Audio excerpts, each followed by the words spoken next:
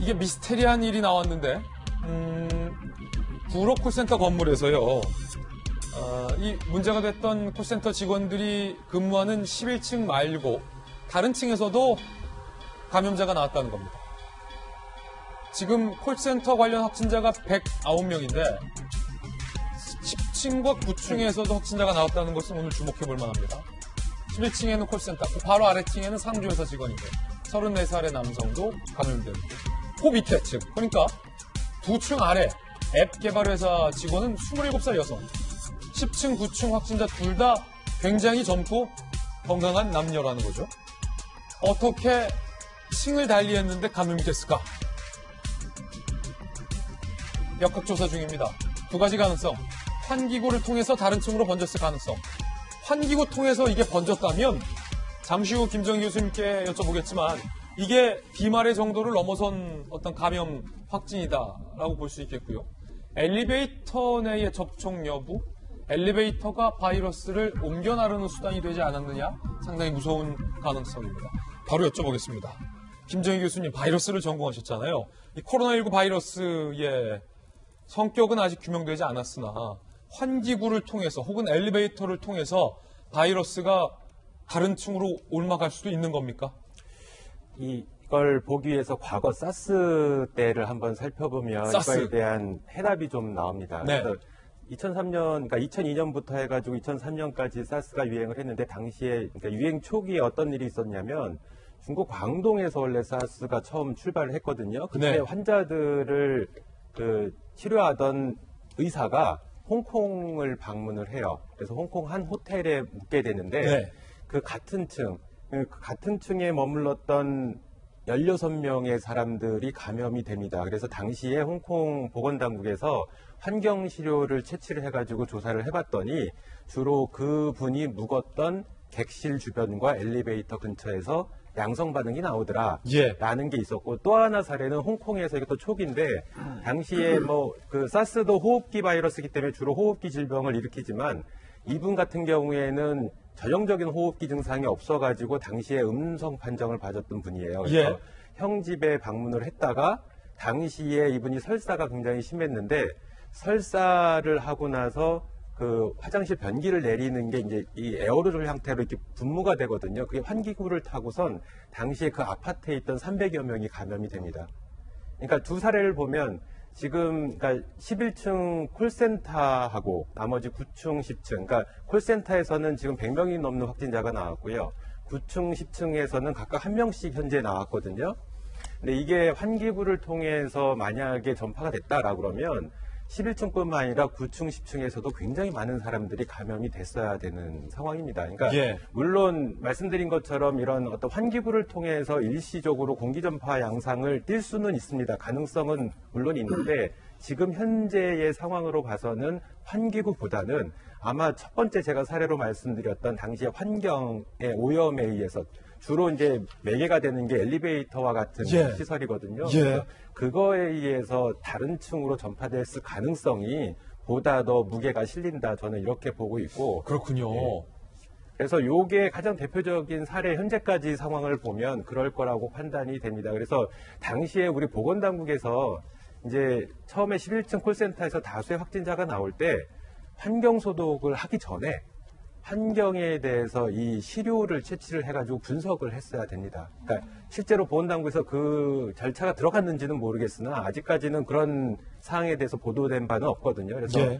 환경 시료를 먼저 채취를 하고 그 다음에 환경 소독을 했어야 되는 게 왜 환경 샘플을 채취를 해야 되냐면 이거에 대한 역학관계를 조사를 해야지 향후의 대처 방안에 대한 해답이 나오거든요. 그래서 좀 이런 부분은 조금씩 약간 미스를 하는 거가 좀 있다라는 아쉬움이 좀 있습니다. 이 코리아 빌딩 입주민의 인터뷰도 저희가 한번 준비해봤습니다. 직접 한번 들어보시죠.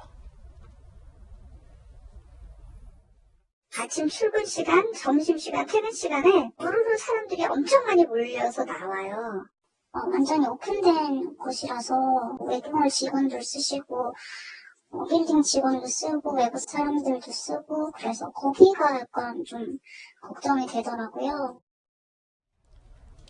그런가 하면 교회와 PC방의 집단 감염 사례도 나왔습니다. 주의해야겠습니다. 수련회, 또 다른 뇌관, 서울 동대문구 동안교회 확진자가 총 6명인데 확진자 중 5명이 163명과 수련회에 참여를 했다는 사실이 보고가 됐습니다. 추가 조사 후 확진자가 증가할 가능성도 제기되고 있고요. PC방 집단 감염 사례까지도 나오고 있는데 확진 교인 A씨, 27살의 남성인데 귀경동의 PC방을 방문했던 게 보고가 됐습니다. 같은 시간대 머문 5명도 확진이 된 것으로 현재 나오고 있는 상황인데 사실 이런 부분, 김영주 의원님, 네. PC방에 관련돼서 저희가 몇 차례 PC방 노래방에 대해서 주의를 해야 한다라고 말씀을 드렸고 특히 교회 수련회 같은 경우는 대규모의 사람들이 함께 있잖아요. 특히 청년부 교회에서 중고등부 수련회 갈 시기잖아요. 방학 때. 그런데 이 시점과 관련해서는 좀 각별히 좀 조심을 해야 한다. 이런 말씀도 오늘은 좀 한번 드려줘야 될 것 같아요. 그렇습니다. 지금 이제 PC방과 또 콜센터가 가지고 있는 공통점이 있어요. 뭐냐면 앞에 사람 것을 그냥 연이어서 교대로 한다는. 그렇죠.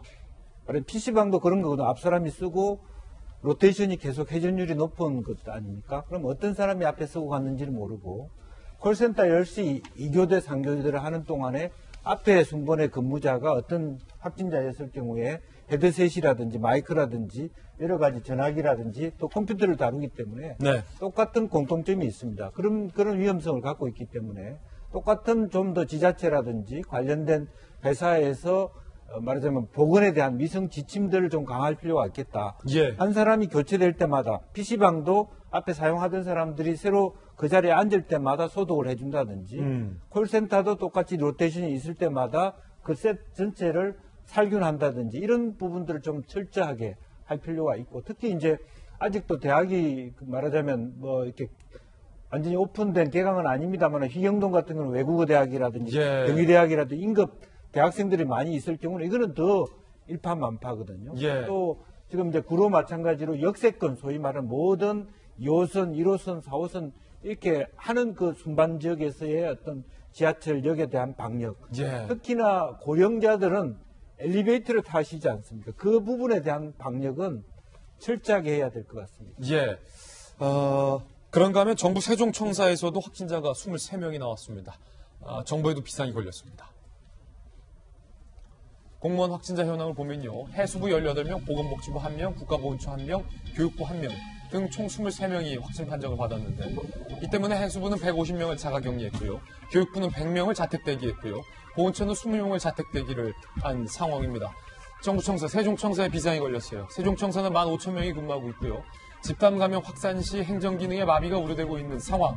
서울과 수도권에 통근하고 있는 공무원들은 1,500명이 넘습니다. 대중교통을 통한 접촉 불안 요소까지 있다는 거죠. 문제는 이 정부 청사에 만약에 확산 양상이 퍼졌을 때의 어떤 대응 매뉴얼이 아직까지는 뚜렷하게 마련되지 않았다는 점이 상당히 좀 걱정되는 상황입니다.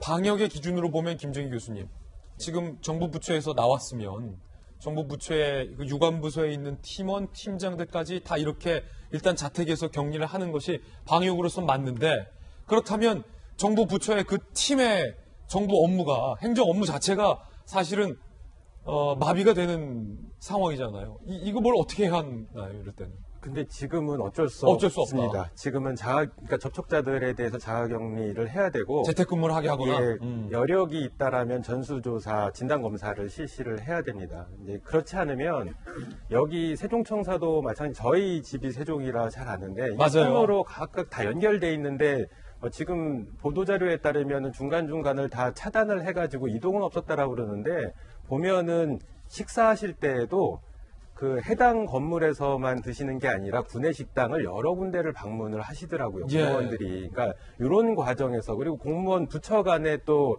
연락망이 있을 때에는 계속 왔다 갔다 하는 상황이거든요. 네. 그래서 이렇게 해서 지금 뭐 하나의 부처뿐만 아니라 지금 보훈처도 그렇고 교육부도 그렇고 해수부 최근에 어제 해수부에서 다수의 확진자가 나오고 있는 상황이거든요. 맞아요. 18명. 예, 그래서 요 부분은 일단은 당분간 어떤 행정상의 공백이 생기는 한이 있더라도 빨리 초기에 확산을 빨리 막는 게 관건이다 이렇게 생각을 하고 있습니다. 예.